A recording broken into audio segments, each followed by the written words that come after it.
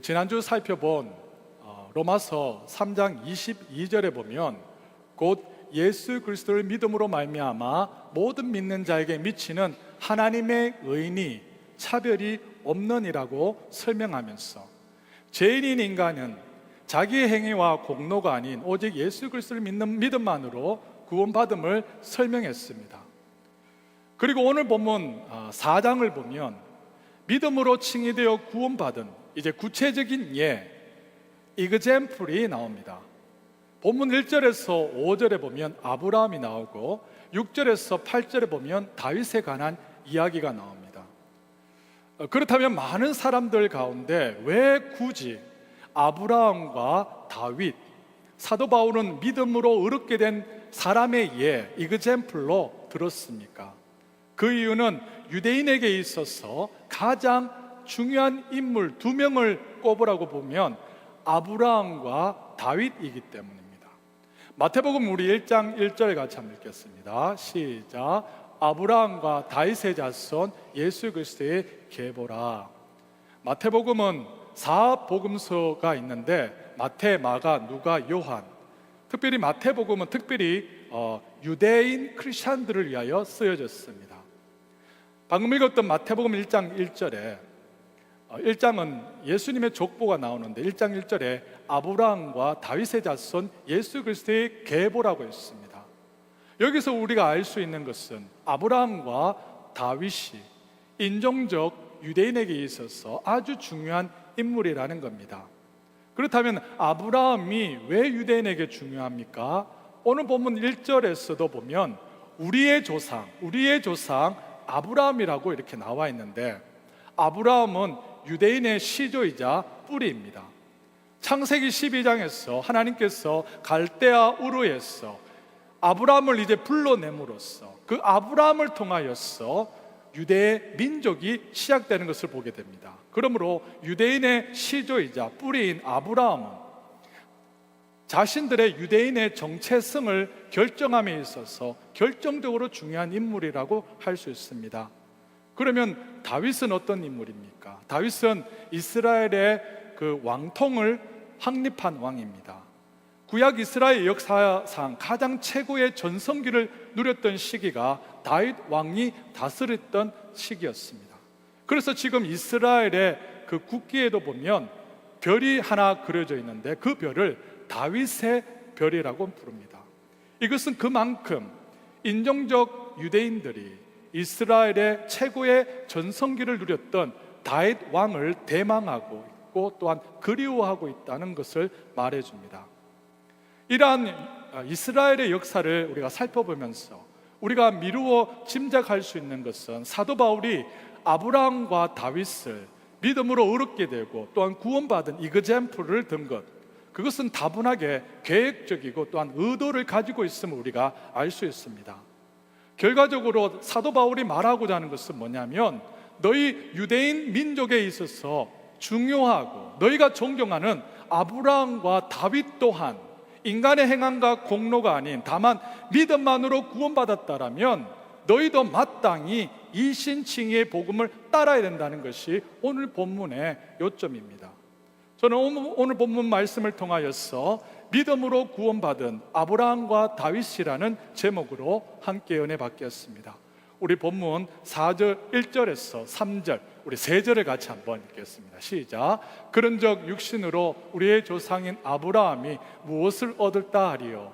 만일 아브라함이 행위로서 어렵다 하심을 받았으면 자랑할 것이 있으려니와 없느니라. 성경이 무엇을 말하느냐? 아브라함이 하나님을 믿음에 그것이 그에게 의로 여겨진 바 되었느니라. 아멘. 유대인들은 그들의 시조, 그들의 뿌리인 아브라함이 하나님께 어떠한 위대한 순종을 했기 때문에 어떠한 특별한 행함이 있었기 때문에 의롭게 되고 구원받았다라고 믿었습니다. 사도 바울도 자신이 유대인이기 때문에 이러한 유대인의 생각을 잘 알고 있었습니다. 그래서 오늘 본문에서 그들의 잘못된 생각을 이렇게 바르게 잡아주는 것을 보게 됩니다. 2절을 제가 다시 한번 읽어보면 만일 아브라함이 행위로서 어렵다 하심을 받았으면 자랑할 것이 있으려니와 하나님 앞에서는 있다고 했어요, 없다고 했어요? 없느니라고 했습니다. 이 구절에서 우리가 미루어 짐작할 수 있는 것은 혈통적 유대인들은 아브라함이 인간의 행위와 공로가 있어서 그가 의롭게 되었고 구원받았다라고 생각하고 있음을 우리가 짐작할 수 있습니다. 아브라함이 하나님께 특별한 위대한 순종을 하여서 의롭게 되고 구원받았다라는 유대인들의 증거로, 그들이 말하는 증거로 창세기 22장을 들고 있는데요, 여기에 보면 아브라함이 그가 100세에 낳은 아들 그 이삭을 아끼지 않고 하나님께 번제를 드리는 장면이 나오는데, 우리 창세기 22장 한번 보겠습니다. 16절에서 18절 세 절을 같이 읽겠습니다. 시작. 이르시되 여호와께서 이르시기를 내가 너를 가리켜 명세하노니 내가 이같이 행하여 내 아들 내 독자도 아끼지 아니하였으니 내가 내게 큰 복을 주고 내 씨로 크게 번성하여 하늘의 별과 같고 바다의 모래와 같게 하리니 내 씨가 너 대적의 성문을 차지하게 하리라. 또 내 씨로 말미암아 천하 만민이 복을 받으리니 이는 내가 나의 말을 준행하였습니다 하리니. 아멘. 유대인들은 그들의 조상 아브라함이 100세에 낳은 그의 독자 이삭을 번제를 드리기까지 하나님께 위대한 순종을 하였기에, 이러한 위대한 행함이 있었기에 하나님께서 그것을 보시고 그를 칭의하시고 또한 구원받게 하셨다라고 믿었습니다. 그러나 여기서 중요한 것은 뭐냐면 아브라함이 언제 하나님께 순종했는가입니다. 하나님께 아브라함이 순종한 그 순종한 시간적 시점이 아주 중요합니다. 본문 로마서 4장 3절에 다시 한번 보시면 성경이 무엇을 말하느냐, 아브라함이 하나님을 믿음에 그것이 그에게 의로 여겨진 바 되었다라고 했습니다. 이 말씀은 창세기 15장 6절을 인용한 겁니다. 다 같이 한번 읽어보겠습니다. 시작. 아브라함이 여호와를 믿으니 여호와께서 이를 여기로 여기시고. 아멘. 아주 중요합니다. 여러분 여기서 한번 보십시오. 그렇다면 시간 순서상으로 유대인의 조상이자 뿌리인 아브라함이 창세기 22장에서 그의 독자 이삭을 하나님께 번제드리는 그 순종이 먼저 나옵니까? 아니면 창세기 15장에서 여호와를 믿음으로 의롭게 된 것이 먼저 나옵니까? 창세기 15장에서 여러분 아브라함이 하나님을 믿음으로 의롭게 된 것이 창세기 22장에 나오는 하나님의 말씀의 순종보다 시간 순서상으로 먼저 나오는 것을 우리가 알게 됩니다. 이 말의 의미는 무엇입니까? 이 말의 의미는 하나님께서 아브라함이 그의 믿음으로 먼저 그를 칭의롭게 의롭게 만드신 후에, 오직 믿음으로 그를 구원받게 하신 후에 그의 독자 이삭을 바치게 하는 순종의 삶을 살도록 인도하셨다는 겁니다. 여러분, 저와 여러분들이 구원을 이룸에 있어서 믿음과 행함의 관계를 바르게 이해하는 것이 건강한 신앙생활을 함에 있어서 절대적으로 중요합니다. 저와 여러분들이 칭의되고 의롭게 되고 구원받은 것은 어떠한 인간의 행함과 순종이 아니라 오직 믿음을 통해서입니다. 그렇다면 그리스도인에게 있어서 행함과 순종은 구원과 어떠한 연관이 있습니까? 믿음만으로 의롭게 된 아브라함처럼 또한 하나님의 말씀에 그 후에 순종한 것 같이 그리스도인에게서 행함과 순종이라는 것은 뭐냐면 구원받은 결과이며 구원받은 열매이며 구원받은 증거입니다. 함께 같이 해보시겠습니다. 행함은 구원받은 결과입니다. 선행은 구원받은 열매입니다. 순종은 구원받은 증거입니다. 만약 어떤 사람에게 예수를 인격적으로 믿어 구원받은 참된 믿음이 그 사람에게 있다라면, 그 사람에게 정말로 있다라면 그 삶에서 구원받은 열매와 증거로서 행함과 선행과 하나님의 말씀에 순종하는 삶이 필연적으로 나타나게 돼 있다는 겁니다. 유대인들이 자랑스러워하는, 또한 존경하는 그들의 조상 아브라함마저도 하나님께서 그의 믿음을 보신 후에 믿음으로 그를 의롭게 하시고 칭의하시고 구원받게 하신 후에 행함이 있는 삶, 하나님의 말씀에 순종하는 삶을 인도하셨다는 겁니다. 이와 같이 저와 여러분도 하나님의 말씀에 순종하고 선행함으로 구원받은 것이 전혀 아니라는 거예요. 0.00001%도 우리의 행함과 구원으로 우리의 구원을 이루는데 어떠한 도움도 줄 수가 없다는 겁니다. 하나님께서 저와 여러분들을 오직 하나님의 은혜로 예수 그리스도를 믿는 믿음만으로 칭의되고 구원받게 하신 후에 하나님의 백성이 된 자로서, 이제는 하나님의 자녀가 된 자로서 그분의 말씀에 순종하게 하셨다는 겁니다. 여러분 믿으십니까? 저와 여러분들이 죄와 불의로부터 의롭게 되고 구원받은 것은 우리의 행함과 공로와 선행이 조금도 포함되어 있지 않은 전적인 예수 그리스도를 믿는 믿음만으로 가능하지만, 오직 하나님의 은혜로 예수 그리스도를 믿는 믿음만으로 칭의되어 구원받은 자라면 구원받은 결과요, 열매요, 증거로서 우리의 삶에 자연스러우면서도 필연적으로 하나님의 말씀에 순종하는 삶, 선행하는 삶, 나누는 삶을 살게 되어 있다는 겁니다. 여러분 이것을 진실로 믿으십니까? 오늘 본문을 보면 이러한 의문을 가지는 성도님도 있을 것입니다. 이때까지 목사님께서 칭의받고 구원받는 방법이 예수님을 믿는 믿음이라고 하셨습니다. 지난주에 우리가 살펴보았던 로마서 3장 26절에 보면 뭐라고 했습니까?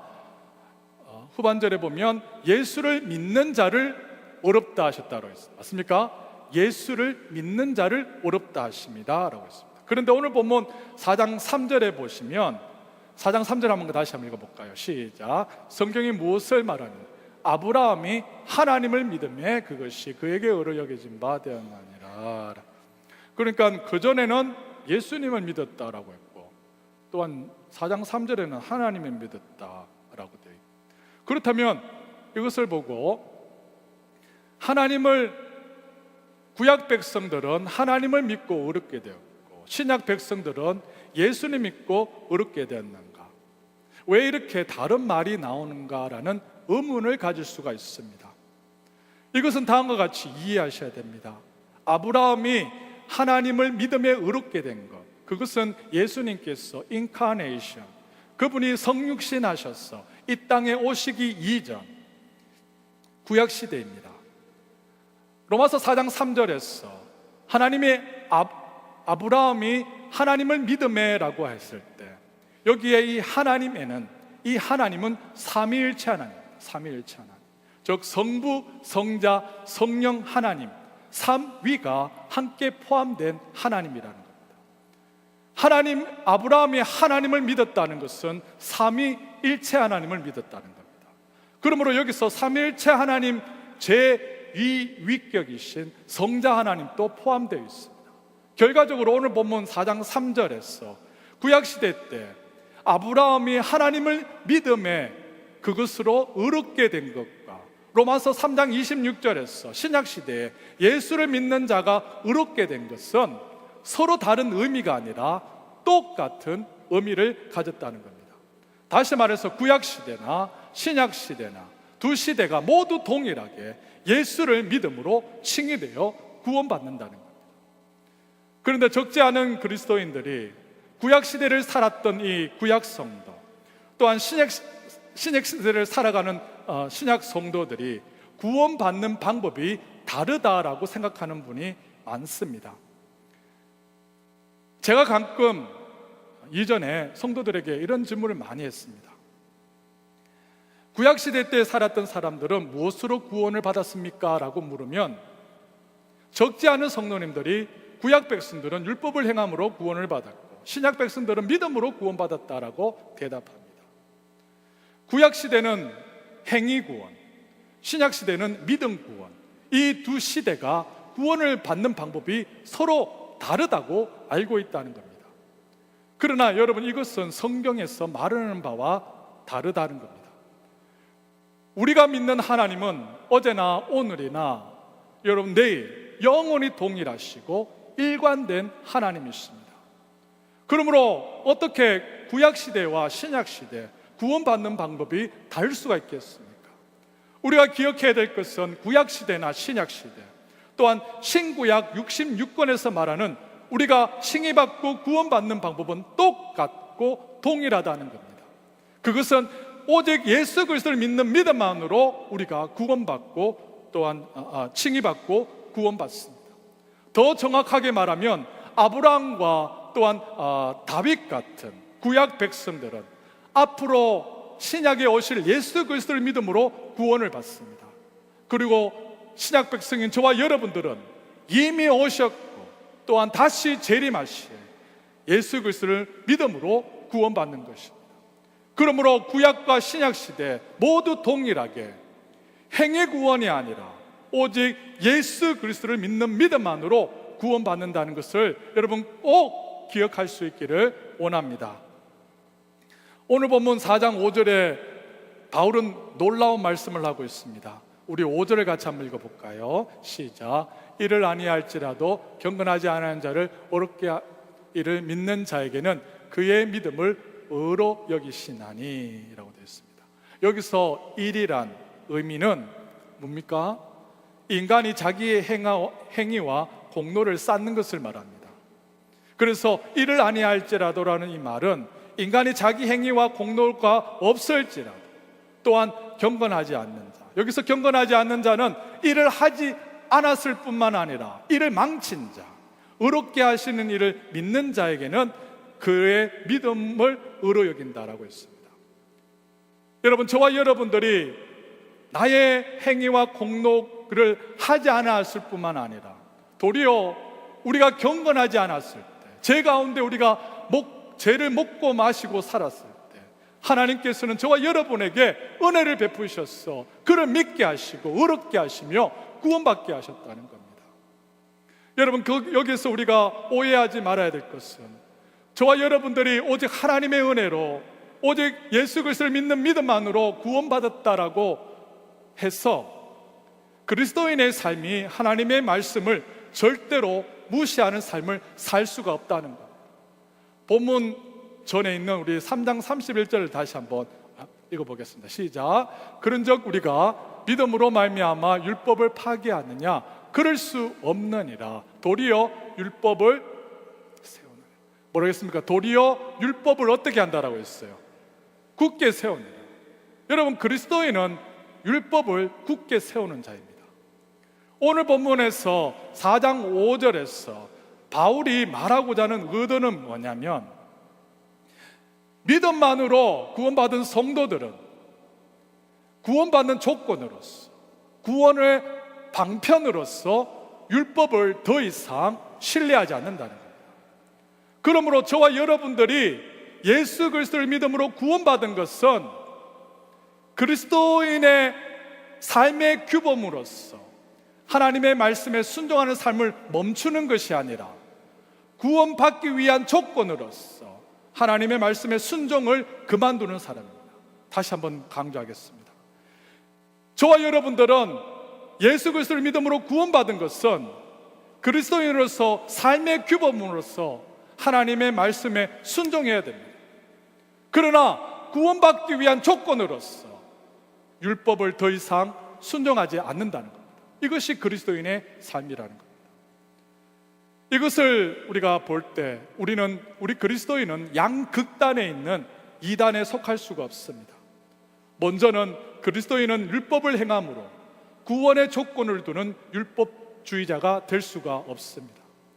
또한 인간의 행위가 포함되어 있지 않고 오직 하나님의 은혜와 예수 그리스도를 믿는 믿음만으로 구원받았으니까 이제는 율법을 무시하는 구원파적 방종주의자도 될 수 없습니다.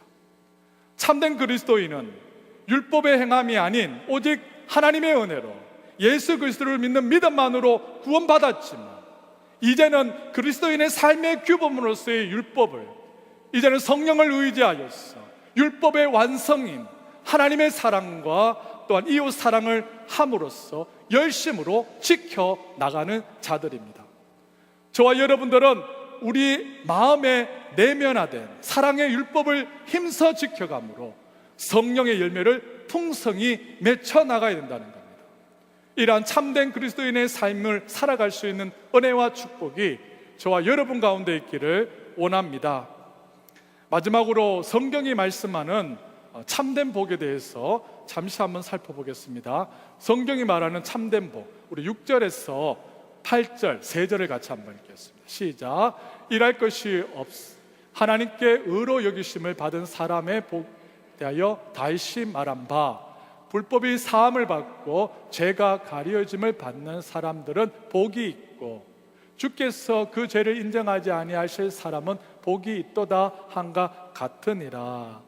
이 본문은, 이 말씀은 시편 31편 다윗의 시를 인용한 겁니다. 여기서 다윗은 성경에서 말하는 참된 복이 무엇인가를 명확하게 설명하고 있습니다.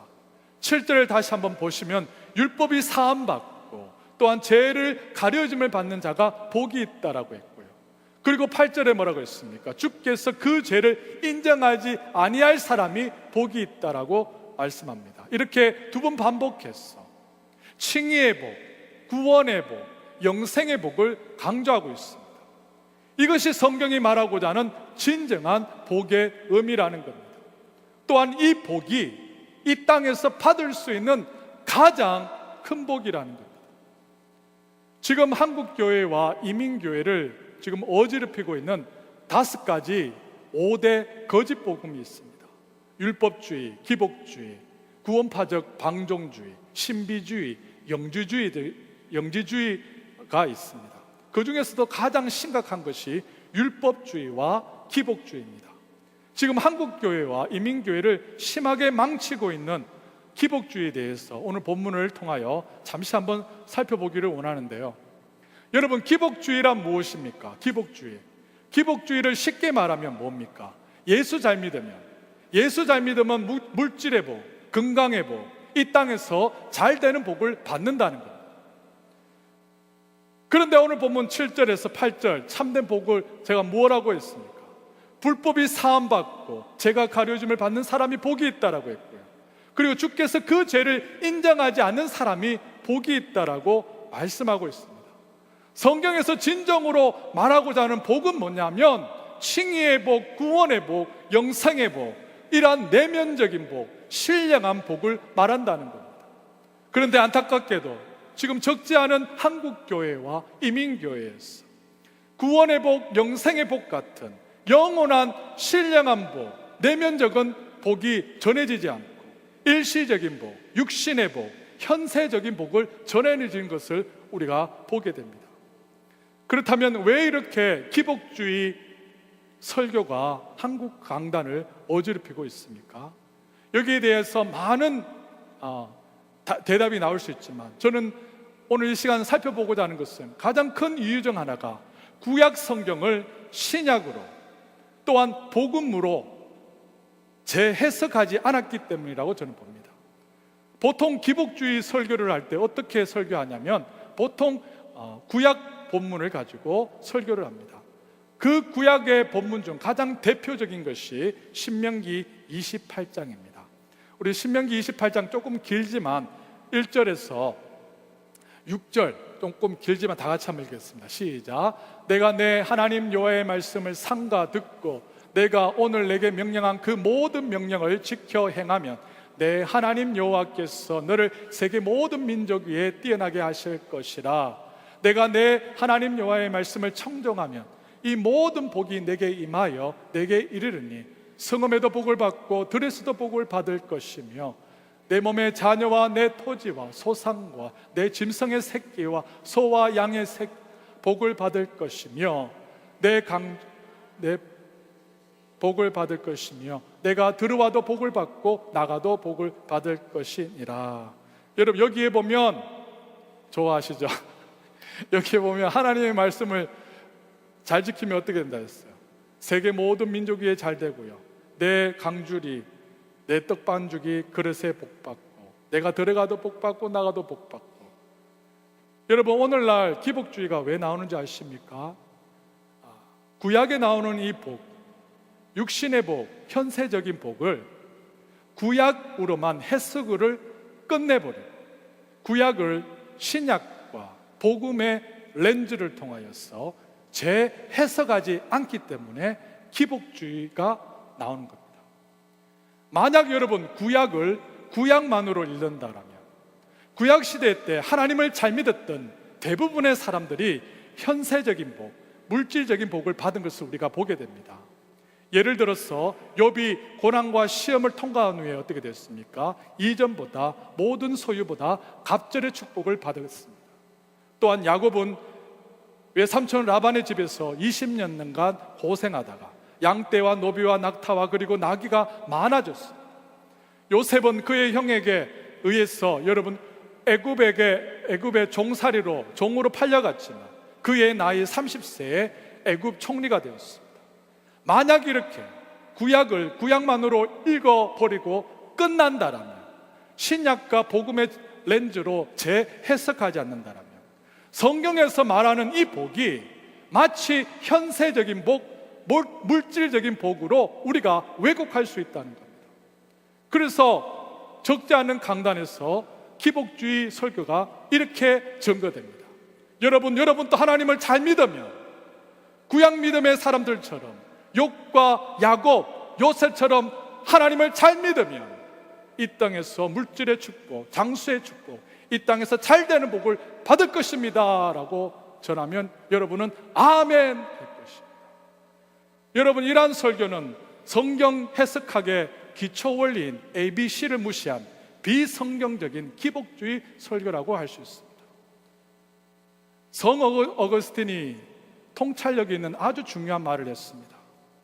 구약 안에는 신약이 숨어 있고 신약 안에는 구약이 드러난다고 했습니다. 다시 한번 말하겠습니다. 구약 안에는 신약이 숨어 있고 신약 안에는 구약이 드러난다라고 했습니다. 이것이 신구약 66권을 해석하는 아주 중요한 원리인데, 구약을 구약만으로 해석하면 안 되며 구약을 반드시 신약과 복음으로 재해석해야 된다는 겁니다. 왜 그렇습니까? 왜냐하면 신약에 여러분 그 복의 실체 대신 예수님이 오셨기 때문입니다. 구약 성도들이 받은 복, 물질의 복, 현세적인 복, 이 땅의 복은 예수님께서 통하여 주실, 우리에게 주실 복의 실체인 칭의의 복, 구원의 복, 영생의 복의 그림자이며 모형이기 때문입니다. 저 구약 성도들이 누렸던 물질의 복, 자녀가 잘 되는 복, 장수의 복, 이 땅에서 잘 되는 복은 뭐냐면 앞으로 신약 백성들이 받을 궁극적인 복의 그 궁극적인 복의 그림자에 불과하다는 것입니다. 여러분, 이것을 잘 기억해야 됩니다. 그러므로 여러분, 오늘 본문에서 말하는 참된 복은 오늘 본문 5절에서 나온 것처럼 불법이 사함받고 죄가 가리워짐을 받는 복, 그 죄를 인정하지 아니하실 복, 이러한 칭의의 복, 구원의 복, 영생의 복입니다. 더 나아가서 삼위일체 하나님과 그 교제 속에서 영원한 사귐을 누리고 또한 새하늘과 새 땅을 예수와 함께 영원히 왕으로서 다스릴 복이라는 겁니다. 그러므로 저와 여러분은 진실로 예수님을 인격적으로 만나 거듭났다라면 성경에서 말씀하시는 가장 큰 복, 참된 복, 구원의 복, 칭의의 복, 영생을 받은 것인 걸 믿습니다. 여러분, 이 땅에서 저와 여러분이 가장 큰 복을 받은 자인 것입니다. 우리 함께 해보시겠습니다. 그리스도인은 가장 큰 축복을 받은 자입니다. 그리스도인은 가장 큰 축복을 받은 자입니다.